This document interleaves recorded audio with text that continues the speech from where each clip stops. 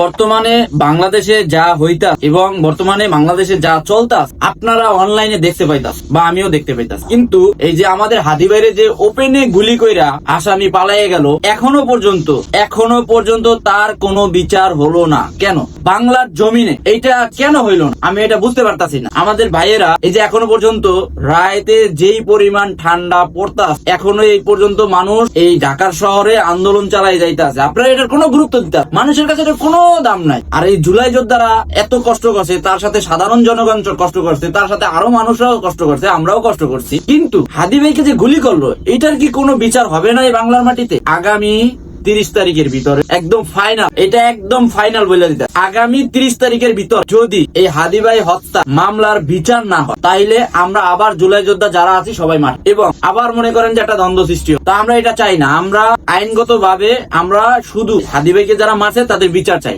আইনগত আমরা এটা দেখতে চাই। নয়তো এটা বাংলার মাটিতে যদি এটার বিচার না হয়, এরকমের বহুত হাদি মারা, কারো কোনো প্রতিবাদ থাকবো না। তো এখন যদি না হয় পরবর্তীতে হবে না, আমরা এটার বিচার চাই আগামী 30 তারিখের ভিতরে।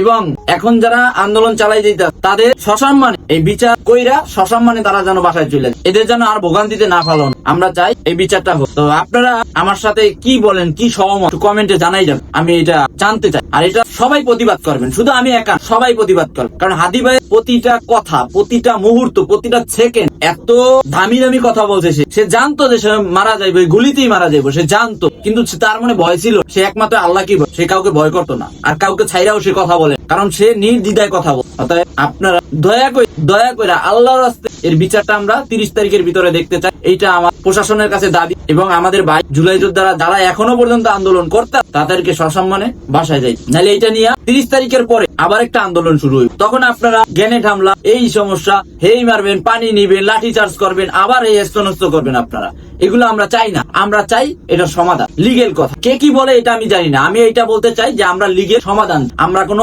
মারামারি ঝগড়া এগুলো কিছুই চাই না, আমরা সমাধান। তো অতএব আগামী 30 তারিখের ভিতরে ইনশাআল্লাহ এটা সমাধান হবে। আপনাদের বক্তব্য কমেন্ট বক্সে দেখ। ওকে, আসসালামু আলাইকুম।